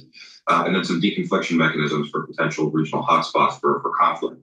But other than that, Iran hasn't agreed, it looks at this point, to major concessions of any kind. On the one hand, talking is talking, which is good. I mean, you would rather have every side talking than not talking. There is another side of this, though, Beth, which is that the Iranians, they're good at talking. And the longer the talking goes on, it seems it benefits them. Exactly. So when they go, the Iranians are just buying time, and Trump is too stupid, allowing it to happen because he's afraid. He chickens out all the time. When he was having problems with his bankruptcies of certain companies or certain development wasn't happening very well, wasn't developing the way it should be, and they were having creditor issues, he didn't take charge of the situation. He sent his underlings to take charge of it because he was embarrassed, or he was too. He always kicks if something looks bad and something is happening that's not going in his way. He'll delegate it to someone so he can blame it on them. This is what's happening on JD Vance. He did this even to Ivanka Trump when he was having issues with one of his developments or properties or companies that were having issues with paying at the time. I don't know the full details of it. This is way back. I mean, we're talking maybe 20 years ago. But the thing is that he does this. This is his modus operandi. He doesn't take charge of something. He'll take credit, indulge on how great something is. But when things are not working, he'll find ways to blame someone. Trump is not a real leader. And I support Trump, unfortunately. The problem that we have in the United States is we get poor choices. Kamala Harris or Joe Biden, depending on during, which time that they were running, or Trump. Now, obviously, Trump would have been the better choice, not Kamala Harris. But the thing is Trump isn't a good choice.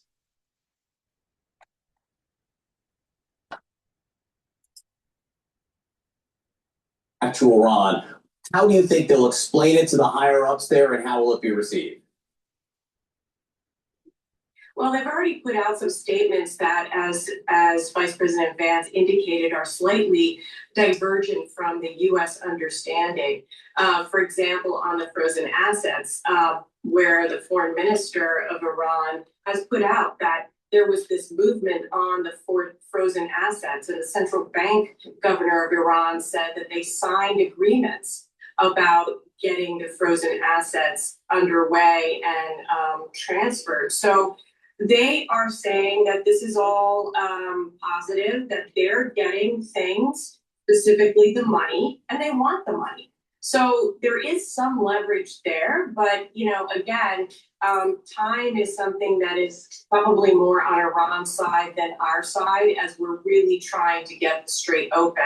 And as Alex said, this is all about getting the Strait open and then getting that money moving. So, and the mechanics for doing that. The Lebanon part we haven't talked about, but having this kind of board or group overseeing deconfliction is very important, because that is the thing that could spoil this quickly.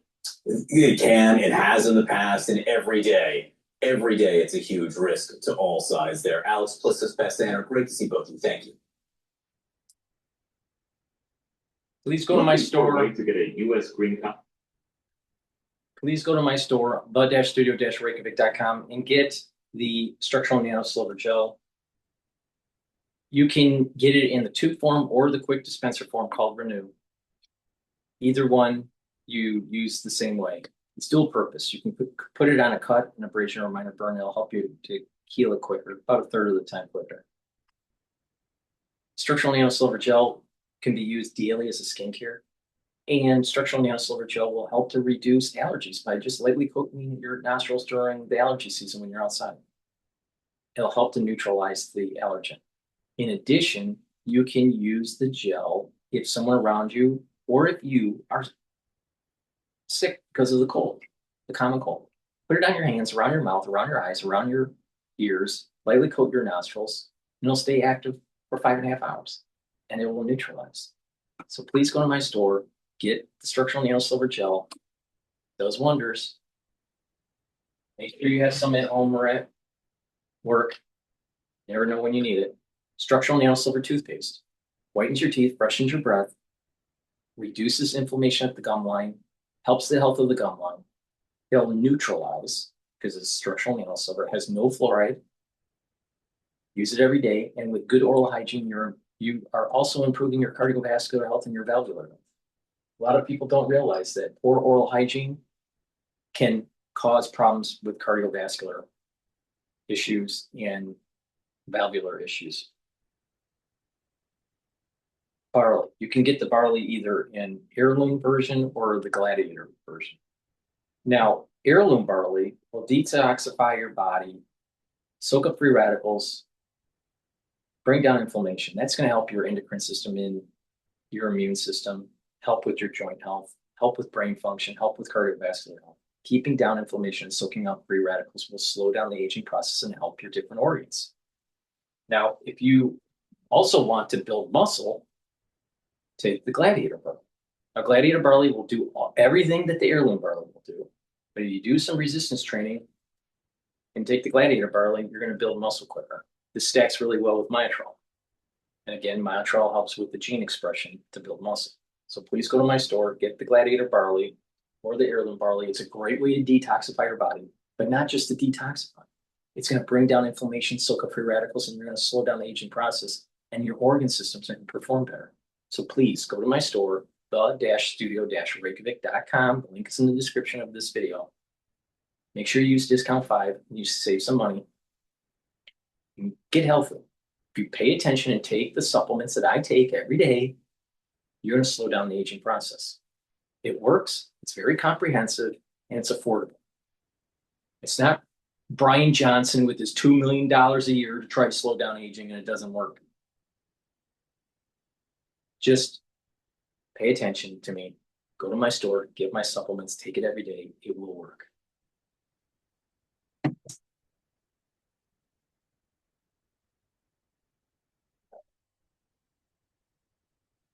Let's listen to Al Jazeera. The situation is that this is a deal that was available to the United States on February 26th, 2 days before the U.S. decided to go to war against Iran with Israel. And the deal that was on the table in Geneva at that time had even a lot of these details already negotiated. And so we have to go through this massive tragedy at a huge cost to the global economy. So many lives. No. This guy is supporting Islamic terrorism. All right. Yeah. During that time period, it was also very evident to us, the United States, that Iran wasn't willing to negotiate in good faith. So stop saying it's the same agreement, Maybe it is, maybe it isn't. Doesn't matter. They weren't willing to sign it. So stop the sugarcoating of the situation. Now, I still hold that Trump failed. He should have killed the IRGC. He should have killed the theocratic regime. He should have leveled Tehran with dumb bombs, gravity dumb bombs, totally leveled it, just like how Israel leveled Gaza. And we should have taken the oil and the natural gas and used ground troops to secure the Strait of Hormuz. Would we have had casualties? Yes. But guess what? The whole region would be totally different. And once what Trump said that he was going to take the oil, what happened? Within less than 12 hours, UAE rushed a dignitary group to Iran to try to negotiate a settlement. Why? Because the UAE knows that if the United States puts ground troops in that region and takes control of the oil, it's going to totally change the dynamics of that region.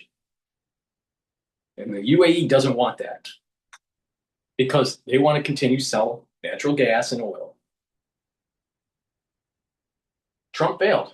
Trump had a perfect opportunity to take control of the situation and failed. Failed.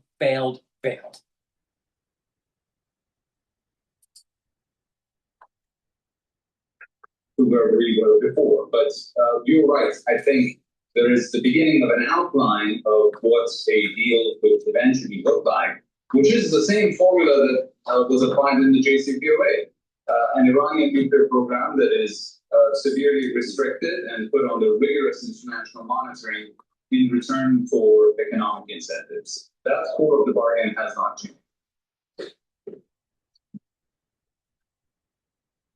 Mr. Park, what does a group like yours say about these negotiations? You have one nuclear armed power, which is the United States, trying to ensure, at least that's what they say publicly, that another non-nuclear armed power, Iran, never acquires a nuclear bomb. How do you look at this negotiation? Well, as I said, we welcome any deal that puts diplomacy back at the centre and stops all of the killing. But I mean, of course, Iran does have nuclear weapons, as assessed repeatedly by US intelligence agencies and international inspectors, and as consistent with its more than 50-year membership of the... Why do you need 65% or higher enrichment of uranium? There is zero reason to have that unless you're going to make a bomb. So stop playing games here. This is the reason why this is so dangerous. And the problem with Trump is that because he's negotiating with the theocratic regime in the IRGC, they could develop other weapons of mass destruction, including biologics, that have low barriers of entry that we can't monitor. You can design something in a laboratory in 1,000 or 2,000 square foot facility under cover where your enemies don't know. And you literally can design something in the laboratory that can kill half of the population of the world. That is not sci-fi. That is what modern biotechnology can do. And if you're crazy enough, you'll do it. Trump's too stupid because he hasn't taken any science classes. All he understands is how to dodge taxes.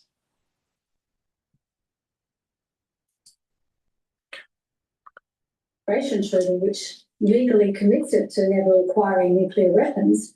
But it's incredible hypocrisy coming from the US and Israel on this issue, because we've seen the US as the country that first developed and nuclear weapons and used them against civilian populations, and Israel as the only country in the Middle East that does have nuclear weapons, that has never joined the NPT, never subjected itself to international inspections or IAEA safeguards, and which is also at the same time aggressively attacking. I agree with her on this point. And I'll give you my opinion on the Israelis with nuclear weapons. They shouldn't have them. The United States should say, Iran, you should not have your nuclear material at that level of enrichment. And we want it. And Israel, cough up your nuclear weapons. You're not going to have them because you can't be trusted.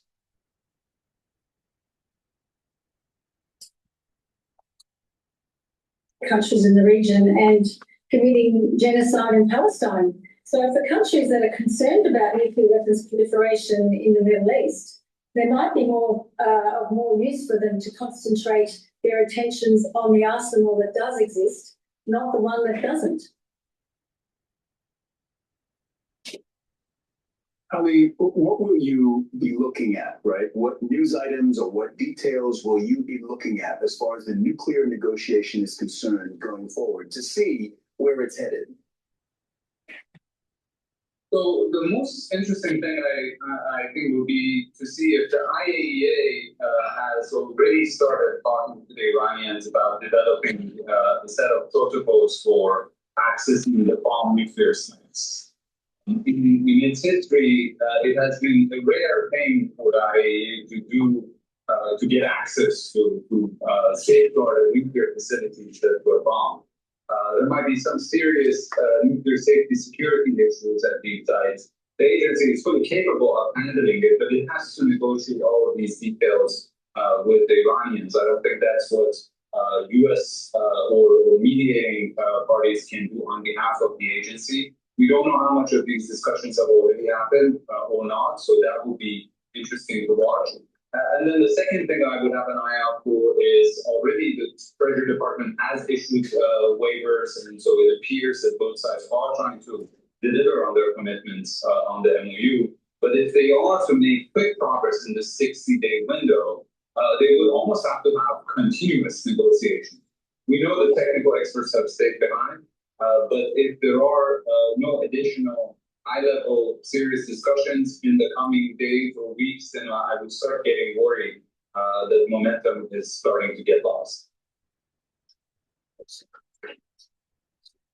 Ali Bai is joining us from Geneva. You're the director of the Iran project at the International Crisis Group. Thank you very much. Melissa Park, thanks to you as well, executive director of the International Campaign to Abolish Nuclear Weapons. Thanks to both of you. Bringing in now Joseph Donner, also in Switzerland.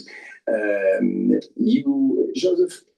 Before we go back, please go to my store, the-studio-reykjavik.com, and get the Boomer Boost. Boomer Boost has 68 nutrients. It's a great way to slow down the aging process. This has the minerals, the vitamins, and other compounds to be able to boost up your immune system, improve your endocrine system, bring down inflammation, soak up free radicals, help with your cardiovascular health, help with brain function, help with musculature, rev up your metabolism, increase your energy levels, help with the health of your mitochondria. You get lots of benefits by taking this. And if you stack this with the other supplements that I have, they're going to work synergistically to slow down the aging process. So take this every day. It's a month's supply. And you can stack this with the heirloom barley or the gladiator barley to help to control your A1C levels so you can control diabetes. I also have Cleanse, Max 35 and Max 14 that will help to improve your innate immune system. Take a teaspoon a day every day, swish it in your mouth, gargle about 20 seconds or 30 seconds, and then swallow it. This will help to neutralize and improve your oral cavity and your oral pharynx, maintain your mucosal barrier, and maintain the epithelial lining of your oral pharynx. That's super important. And by doing this every day, you are reducing the chances of catching something. And when you do that, and you're boosting up your innate immune system, you're reducing the probability of having to heal after some sort of infection. If you notice, people that get sick regularly, chronically, they age faster. Ones that don't age as fast. And the whole idea is to neutralize. So this is one of the pillars. You can stack it with the Boomer Boost. Please go to my store, studio-reykjavik.com.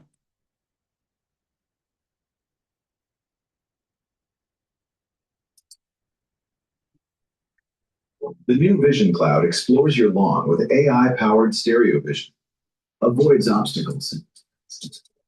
Contains the fact that Lebanon's future is once again being decided by regional and international powers. What do you say to those people? Indeed, once again, the fate of South Lebanon is decided both in regional and international negotiation, this time between the EU and the US, but this is also a result of the inability of the Lebanese state to fully accomplish its sovereignty. Obviously, many challenges existed, but we can speak about Hezbollah's weaponry, etc., but also the constant violation on Lebanon's state sovereignty. But the main responsibility resides among the Lebanese ruling class that have not been able to build the capacities of a state to fulfill, the ambitions of its population, whether it comes to its security, to socio-economic rights of the Lebanese population. If we go back to the first days of the latest war of Israel against Lebanon, the Lebanese army was withdrawn from the south and was not able to guarantee the security of the southern Lebanese population. So indeed, you have to say that once again, the Lebanese state is discussed outside of Lebanon, but also we have to point out of the inability of the Lebanese state to fulfill the demands of the Lebanese people, not only in terms of security, but democratic demands, socio-economic demands, and the ability to provide an alternative to Hezbollah's resistance in the south.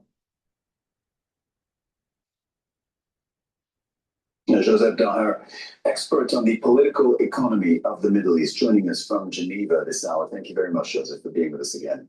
And with that, I turn to Al Jazeera's diplomatic editor, James Fays, who has been taking in all these developments since the very beginning, since even the principals arrived in town. And now the principals have left or are leaving, and they're handing over the diplomacy, which continues, to their technical teams. What does that mean? What should our viewers understand about that? Well, a lot of detail is going to have to be worked on this, and your guest Andy Byers, I agree with him, 60 days to do this. They've got to work around the clock almost to get it done in that very short period of time. We understand the technical teams are nuclear. They're not going to be working, at least today, because the Iranians said they haven't got their nuclear experts here. But then there'll be teams on the thing that Iran wants, which is lifting the sanctions, monitoring and dispute resolution. They want to make sure this time that if there's any problem, they nip it in the bud and it doesn't destroy the whole of this process that now has been set up. But it's a difficult task. Couple of things which are wins for both sides today, but it gets harder. They almost certainly left the more difficult stuff towards the end. And remember, this is eventually going to, may not be a treaty, but it's going to be a treaty-like language and go into a UN Security Council resolution. So you're going to have diplomats up there, scientists, because we're dealing with nuclear physics, and lawyers to make sure that the language of all of this is completely watertight. James, before I hand back to Doha, very big picture view from you. Everything that's happening here is about ending the war that the United States launched against Iran on February 28th of this year. A war that has killed more than 7,000 people across multiple countries in the Middle East. Have we got closer to that? We've got closer. We've got a mechanism now, and we've had a meeting that has continued and ended with everyone saying it went well. So you've got a bit of momentum there. They say they've got a process now for any problem. I still believe the problem, and there are two wars linked, which is why they're trying to deal with two wars at the same time. The problem still could be Lebanon. That could be the actions of Hezbollah, but notably of Israel, its bombardment of southern Lebanon, its continuing occupation of southern Lebanon, still could be a problem going forward. I think I'll end on an optimistic note and say both sides, I mean, particularly in Iran, where so many lives were lost, both sides actually do not want to go back to war. So that, I think, is worth remembering. Al Jazeera diplomatic editor James Bays, thank you very much. And Foley, just before I hand it back to you, I'll give you one last look at this venue where diplomacy is happening. It has been the principals, the U.S. Vice President J.D. Vance and the Iranian Speaker of Parliament, Mohammad Bagher Ghalibaf. They met for hours and hours and hours, 18 hours, we're told. And then sometime after midnight, they came to an agreement. The mediators made that public. It all happened there on the Swiss mountaintop resort of Bergenstock. But the diplomacy is not over. As James was explaining, the technical work, the technical talks on nuclear, on lifting sanctions, and several other subjects, several other matters that are important to both Iran and the United States, all of that continues here in Bergenstock throughout the week. Foley? Thank you, Cyril. An intense few days in Bergenstock, no doubt, and thank you very much for your exceptional coverage of the negotiations there.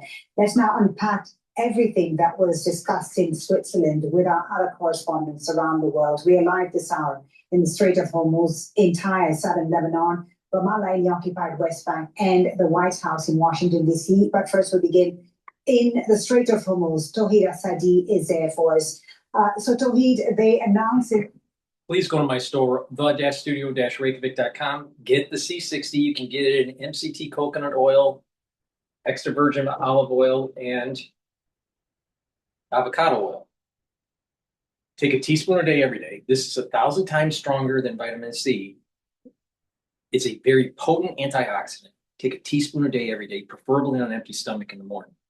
And what you'll notice is that you're slowing down the aging process. You're going to have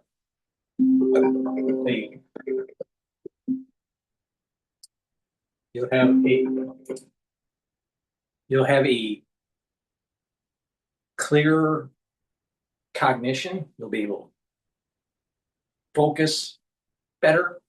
In addition, this is going to help your immune system and your endocrine system, help with brain function, help with your cardiovascular level, soak up free radicals at the cellular level and bring down inflammation at the cellular level.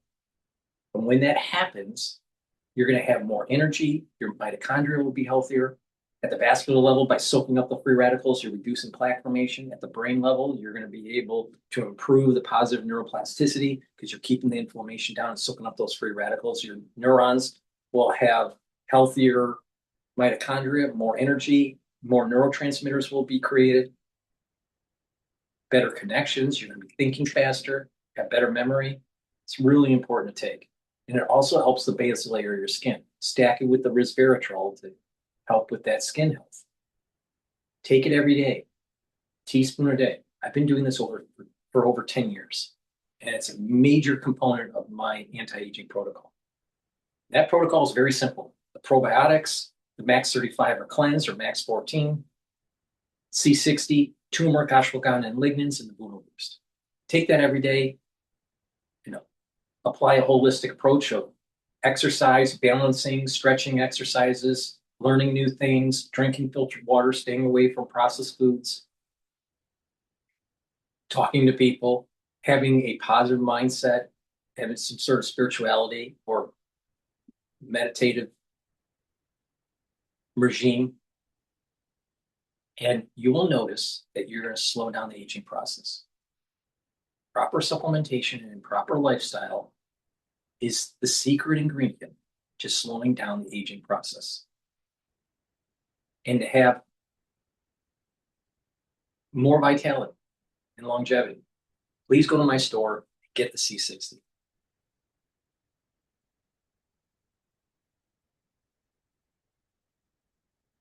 All right, looks like Microsoft and Chevron are doing an agreement, a 20-year agreement.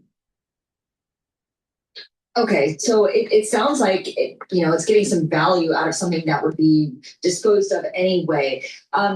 That sounds great. Does that mean that there's no risk, no concern about locals, to the extent that there are any locals living near the Permian Basin or any nearby communities facing higher utility bills? No, so Chevron say this is 100% behind the meter. So there is no utility even connected with this project. So this is purely Chevron building taking their gas, building the power station, and then using that power for the data center. I mean, it's a very remote and sparsely populated area anyway, but they insist that there's absolutely no impact on the local ratepayers at all, which I think makes this, which they claim anyway, makes this project unique. It's rare for a data center of this scale to not utilize grids power, right, or have the involvement of a utility. If that's the case, how come we didn't get something like this sooner? Why did it take so long? These are big projects. They cost a lot of money, and it's new. I mean, Chevron is not a utility, is not a power producer. But the other thing I think is so far big tech companies have preferred to build data centers near to larger population centers. And the other thing is as well is early on, these companies did prefer to use renewables and to lower the emissions of those data centers. But now there does seem to be a movement towards natural gas, given the scale that we now see ahead of us. Kevin, you got 30 seconds left. Tell us why this is a new business for Chevron. Chevron's in the oil and gas business. They're not in the power business really until now, but they think this can diversify their revenue streams, provides a bit more of a reliability. It's not it won't be as cyclical as the oil and gas business, but it also takes advantage of some of their key competitive advantages. Chevron's already in the Permian. They know how to build big projects, and they have the gas.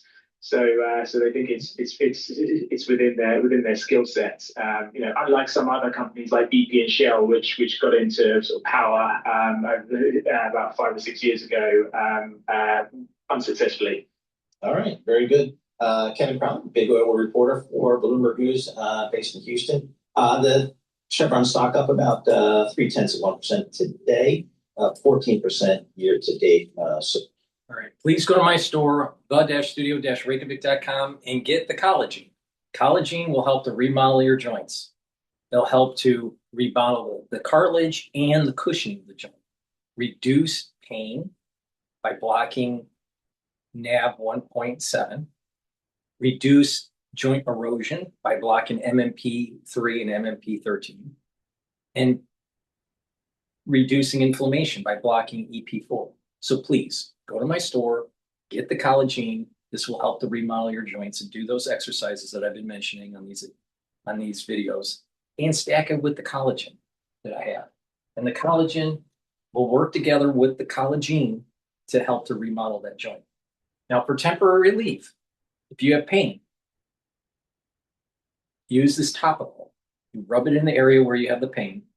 This super strong relief will help with tension headaches, muscle aches, sprains, bruising, pain. It will also help with arthritic pain. So please go to my store, get the super strong relief. It works very fast within about 90 seconds. Please go to my store, the-studio-reykjavik.com. That's the end of my broadcast. Thank you for listening. Please help support the work that I do. All these videos are for free. Go to my website and get the great products that I offer. I also have course material on immunology and pulmonology that you can sign up for. You can watch tons of videos at your leisure, download PDFs. It's very cheap. It's about $25 for each module. I have 2 modules, one for pulmonology, one for immunology. And you get tons of PDFs, tons of videos. You get a free, you get a unique password that you log in, and you can log in as many times as you want. It's very simple. All right, so please go to my store, learn something about pulmonology and immunology, get the great products that I offer that help slow down the aging process and get healthy, and support the work that I do. All these videos for free. So please be a paid member to my Patreon channel and my Substack channel to help support the free work and the free content that I produce for everybody. Thank you for listening and have a nice day.